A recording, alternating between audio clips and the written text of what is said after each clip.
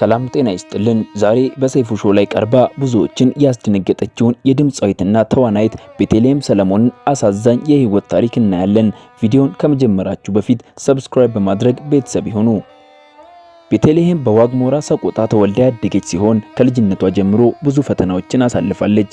ዩኒቨርሲቲ ስትማር በትርፍ ሰዓት እየሰራች ቤተሰቧን ትረዳ ነበር። በሙዚቃም የቤተሰቧን ህይወት ለመቀየር ህልም ነበራት።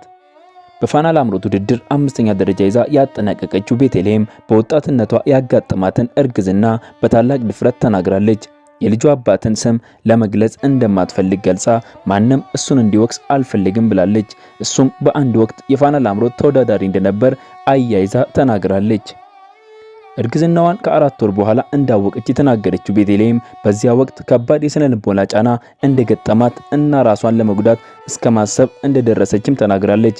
ነገር ግን የቤተሰቦቿ የጓደኞቿና የደጋፊዎቿ ድጋፍ ከዚህ አስቸጋሪ ጊዜ እንድትወጣ አግዟታል። ዛሬ ደግሞ ወደ ሙዚቃ በጠንካራ መንፈስ ተመልሳለች። አዲስ ስራዎቿንም እያቀረበች ትገኛለች። እናንተ ስለ ቤተልሔም ታሪክ ምን ተሰማችሁ? ሐሳብ አስተያየታችሁን በኮሜንት ላይ አጋሩን። ላይክ፣ ሼር እና ሰብስክራይብ በማድረግ ቤተሰብ ይሁኑ። ሰናይ ቀን